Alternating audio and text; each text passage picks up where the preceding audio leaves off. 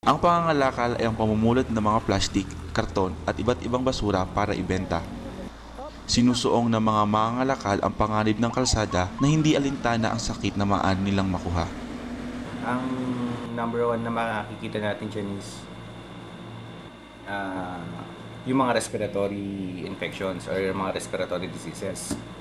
Like yung acute upper respiratory infection, tuberculosis, pwede magkaroon ng bronchiectasis, atelectasis, emphysema. Hinanap namin ng mga taong naging bahagi ng buhay ni Jordan at ito ang aming nalaman. Kasi Jenny, maliit pa lang po ako. Sama ng nanay ko yan. Nag-alaga rin sa kanya. Nalagaan din po nila ako. Ilan taon si Jordan nung Siguro 5 taon. 5 taon? Tapos gaano katagal mo inalagaan? Ano lang, sandali lang. Hindi naman tagal. Sabi niya kasi ikaw daw nag-alaga sa kanya nung bata siya. Bata lang. Nalaga ko yan si Jordan dati. Oh. Naging alaga ko rin dati yan. Nag-alaga niyo? Ilan taon mo si Jordan noon? Bang pa, maliit pa yan. Siguro. Hindi ko lang makuha basta maliit pa yan si Jordan dati. Laging kinuha yan. Ako nung kumukuha dyan sa lagi sa kanya. Saan mo siya nakita? Bali, dito kami nagkuha niya sa crossing kasi nagpapatras lang ako sa Chowking eh.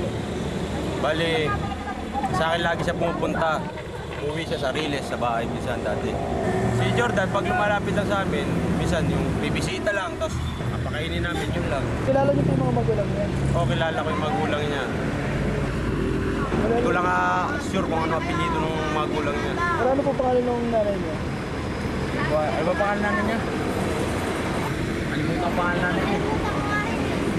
Basta yung stepfather niya, si Jimmy. Stepfather po. Yan, stepfather niya, si Jimmy. Yung tatay niya po, hindi niyo na pinakakita. Kaya yung tatay niya, hindi ko na inabutan eh. Hindi ko na nakakita yung tatay niya. Nanay mo, mabait ba sa'yo? Kaya yung stepfather mo, kasunod mo. Ayos lang. Yung stepfather niya, medyo kasundo rin nga lang. Hindi rin sila nagkukuha kasi napapagalitan rin siya lagi nun eh. Nang nakikita ko siya dyan ng mamasada, nibigyan niya ako ng pera, pangkain ko. Ano sa mabait yung stepfather mo? Opo. Pero yung una po, yung maliit pa, hindi po mabait sa kanya. Pinahirapan po ako. Yung mga kapatid mo? Isa lang po hindi ko makasundo. Yung kapatid ko pong mataba. Lagi lang sinasaktan nung kapatid niya yun eh. Nung kapatid niya mataba. Anong nagawa sa'yo? Pinapalo ko ng tako, pinukpo ko ng bato. Ba't ka pinalo? Paano kasi nagpupul ako eh. Lagi niya ako inaano. Ay kang? Pinagbabawalan. Hindi ka pinagbabawalan. Pinalo niya ako ng tako. Tapos? Pinukpo ko siya ng ganong kalaking bato. Ano nangyari? Itay. Kahit kailan matigas ang ulo pag gano'n. Pasaway. Makulit. Hindi marunong magsabihan. Minsan no, may kakulitan, may kakarutan,